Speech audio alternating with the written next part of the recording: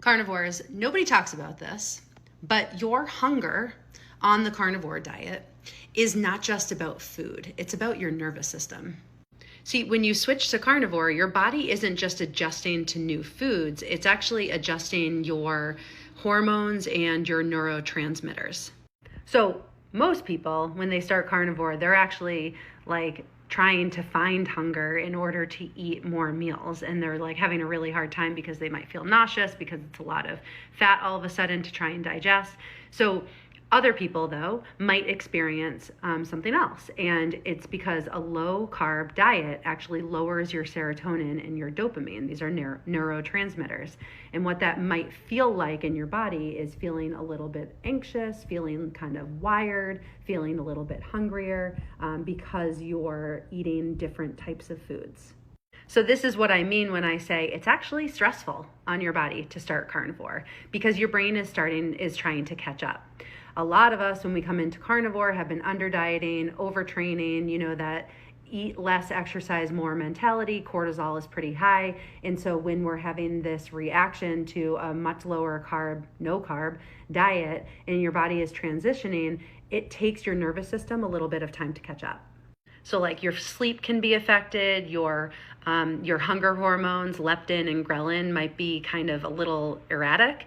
And so you might experience things like even more hunger, even though you are eating more satisfying and satiating foods. And this is why fat is really critical. A lot of people start carnivore and are just excited to eat a lot of protein, and they end up eating a lot of protein and not a lot of fat. Fat is essential for your body's ability to regulate hormones, to feed your brain, and to make sure that your body is actually ready to let go of fat because it feels safe, because it doesn't feel like it needs to hold on to energy because it's not sure when the cortisol, the running from a bear is going to happen again. You've been running from a bear for a long time, and so your body is like, I'm not really sure there's no bears around. So your body's kind of waiting, right? That's what happens when there's a lot of people that say, oh my gosh, I'm not getting results. Your body needs to heal. The hormones need to heal in order to allow your body to say, okay, I'm safe. I can dip into these fat stores and start burning. So if you're feeling wired, if you're feeling restless at night, if you're feeling like your sleep still isn't there, remember that things take time, healing takes time. We are on a way of eating and a way of living that is nutritionally dense, so don't forget that. Remember that what your job is to fuel your body, to give it the energy that it actually deserves.